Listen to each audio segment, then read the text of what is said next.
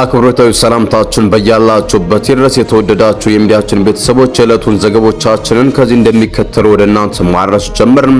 በቅድሚያም አበይት መረጃዎች።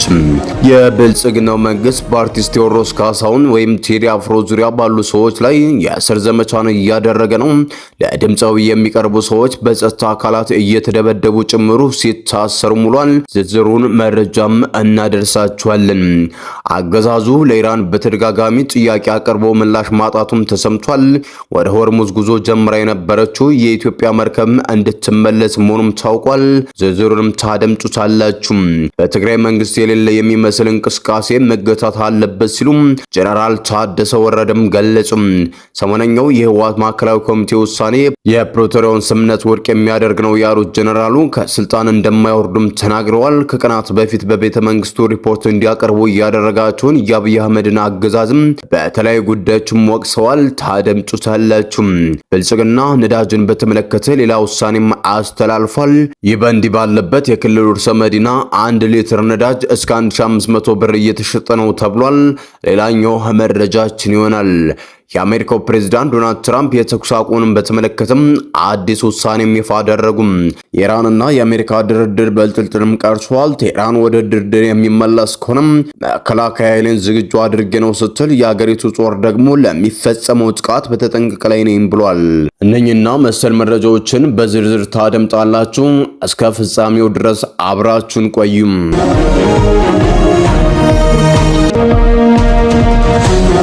በቅድሚያም አገዛዙ በአርቲስት ቴዎድሮስ ካሳሁን ቴዲ አፍሮ ዙሪያ ባሉ ሰዎች ላይ የእስር ዘመቻን እያደረገ ነው። ለድምጻዊ የሚቀርቡ ሰዎችን በጸጥታ አካላቱ እየደበደበ ጭምር ሲያስር ውሏል። የብልጽግናው መንግስት በድምጻዊ ስር በተለይም ዳስጣል በተሰኘው ሙዚቃ ሳቢያ ከፍ ያለ መረበሽ ውስጥም ገብቷል። ጠቅላይ ሚኒስተሩ ከሰሞኑ ሲያደርጉት የነበረው አልቅሱ ጩሁ ንግግርን ጨምሮም በብልጽግናው መንደር የተጋለጠ ድባብ ስለመስፈኑ በርካታ ማሳያዎችም አሉ።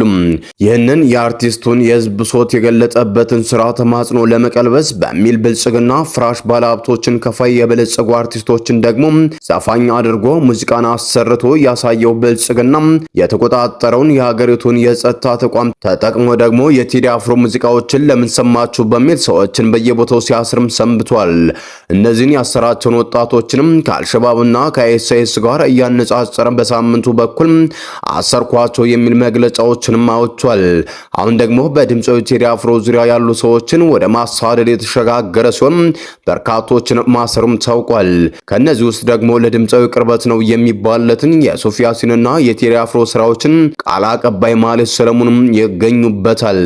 የሶፊያሲን ከድምጻዊ ቴዲ አፍሮ መኖሪያ ቤት ፊት ለፊት ቡና እየጠጣ ባለበት ወቅት ነው በብልጽግና የጸጥታ ኃይሎች ተይዞ መወሰዱን የሚገልጹት የሚዲያችን ምንጮች እነዚህ አካላት የፍርድ ቤት ማዘዣ እንዳላቸው በሚጠየቅበት ወቅት ግን ድብደባ ፈጽመው ይዘውት እንደሄዱ አክለዋል።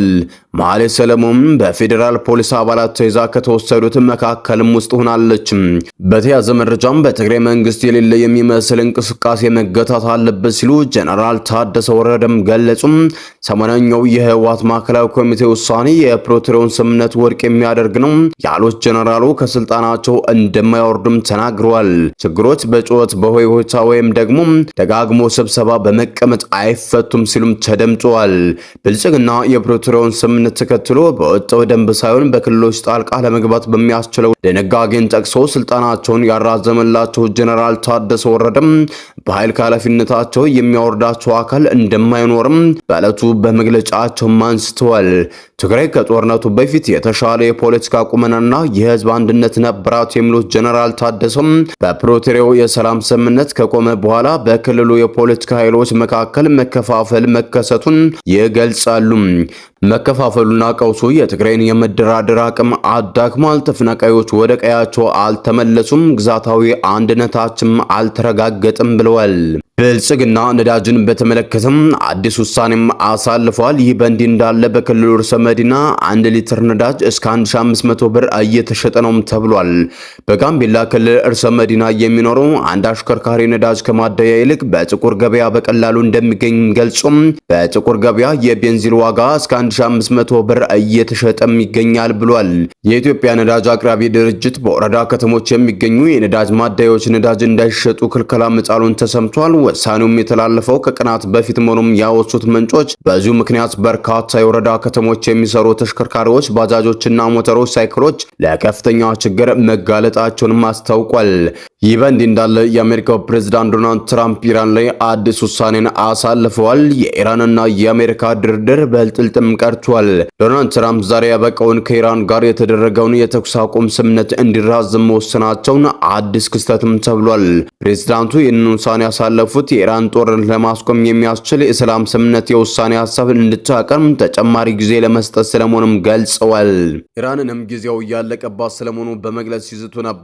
አሁን ግን የኢራንን የሰላም ስምምነት ሀሳብ ቀርቦ ውይይቶቹ እስኪጠናቀቁ ድረስ ስምምነቱ ተራዝሞ ወታደራዊ ዝግጅቱና ከበባው ግን እንዲቀጥል ነው ትዕዛዝ ያስተላለፉትም። በጉዳዩ ላይ ከኢራን በኩል የዘገባ እስከተጠናከረበት ጊዜ ድረስ ይፋዊ ምላሽ ባይኖርም የአገሪቱ የዜና ምንጮች ግን የቴህራን አቋም በቀጣይ ይፋ ይደረጋል ሲሉም አመላክቷል።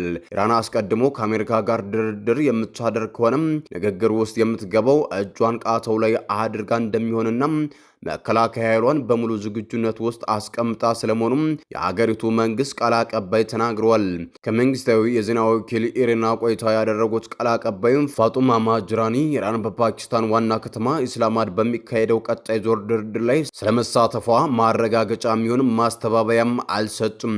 ከፊት ለፊታችን ሁለት ስትራቴጂካዎች አሉ። የመጀመሪያው የጦር ስትራቴጂ ነው፣ ሁለተኛው ደግሞ የዲፕሎማሲያዊ ስትራቴጂ ነው ሲሉም ለዜና ወኪሉም ተናግረዋል። የኢራን ተደራዳሪ ቡድን በብሔራዊ ጥቅም ላይ ቅንጣት እንኳን አይደራደርም ሲሉም በማከል ይህ የሀገሪቱ መንግስት አቋም የገለጸው ማብራሪያም ሁለተኛ ዙር ድርድር ይካሄድ እንደሆነም ማረጋገጫም የተገኘ አልሆነም።